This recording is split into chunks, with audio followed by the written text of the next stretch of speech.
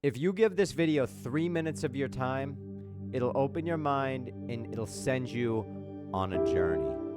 Philadelphia. Here's another one in St. Louis, in Buffalo, in San Francisco. And then as soon as they were done, they tore them all down and threw them in the garbage. That just told me there's something wrong with all of these. The story of the expositions is a gigantic lie. And I think it's so huge of a lie because I think they're right at a bridge point when so many things about the 1800s that seem strange and weird, right as this sort of period ends of unbelievable strangeness, and all of a sudden these fairs spring up all over the world with impossible buildings we're talking about, which are colossal structures. Chicago built 700 acres of fair in supposedly less than 2 years. St. Louis built 1,200 acres of exposition buildings. One of the buildings in Chicago, the manufacturer's building, would house 300,000 people. There's a giant statue in the middle of the lagoon. It was called the Golden Lady, and it was known as the Statue of the Republic. It was 65 feet tall. They say it was covered in gold leaf that had copper underneath, but others speculate it was actually made out of solid gold. So you're talking 65-foot high, potentially solid gold statue. We're talking giant structures and looking like ancient Rome with towers and domes and columns and the most fine, ornate pieces to them in these record, unbelievable times. Then as soon as they're done, chuck them in the garbage. Like Jackson Park is a swamp.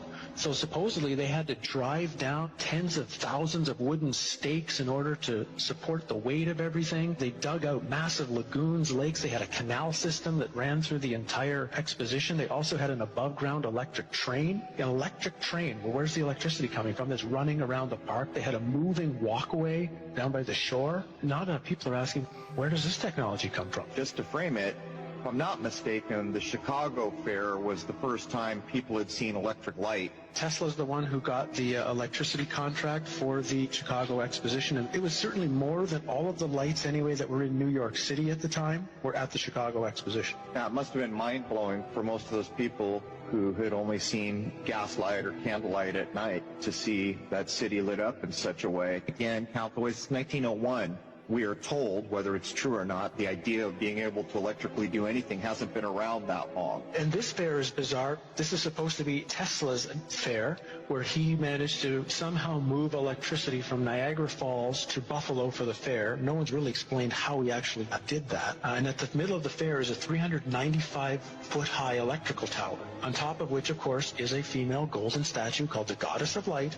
And this thing was lit up by, some suggest, 500,000 electric light bulbs. Again, when you look at the photos of this thing, it's just, but where do they really get the power from? I mean, think of what it would take today if you had a place with no electricity and no way to pipe it in, the generators that would have to be built.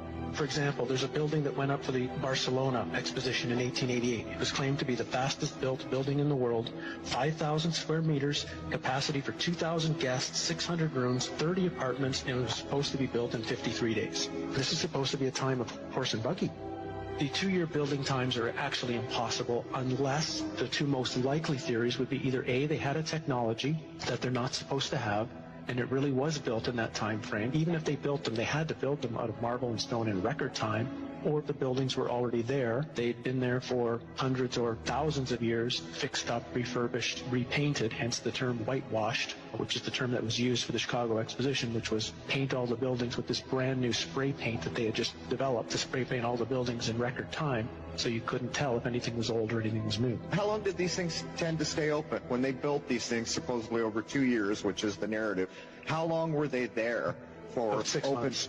6 months for the public to come. And then what was amazing, for example, in St. Louis, 2 days after the fair ended, they brought in a demolition team from Chicago with explosives and blew the thing up. They actually used dynamite to blow it up, and they say threw it in landfills. Things like the World Fairs shows there was a time in our past, and even not that far in our past, where humans seemed to be at a completely higher level. Human living and human knowledge were constructed into the buildings using cymatics, using sacred geometry. These fairs, they're so important to study because the history that we know right now as history was invented at the time these fairs were going on. One of their underlying nefarious purposes was to teach a historical narrative to the population that they were supposed to believe and agree with. And scarily, the world we're walking into today is in some way has its origins during the time of these fairs. That is some crazy Shit, huh? And this is why I ask questions and I do research, because we have been lied to. All right. I'm going to be making a video about this very shortly and putting it on my YouTube and Rumble page, but hit that button.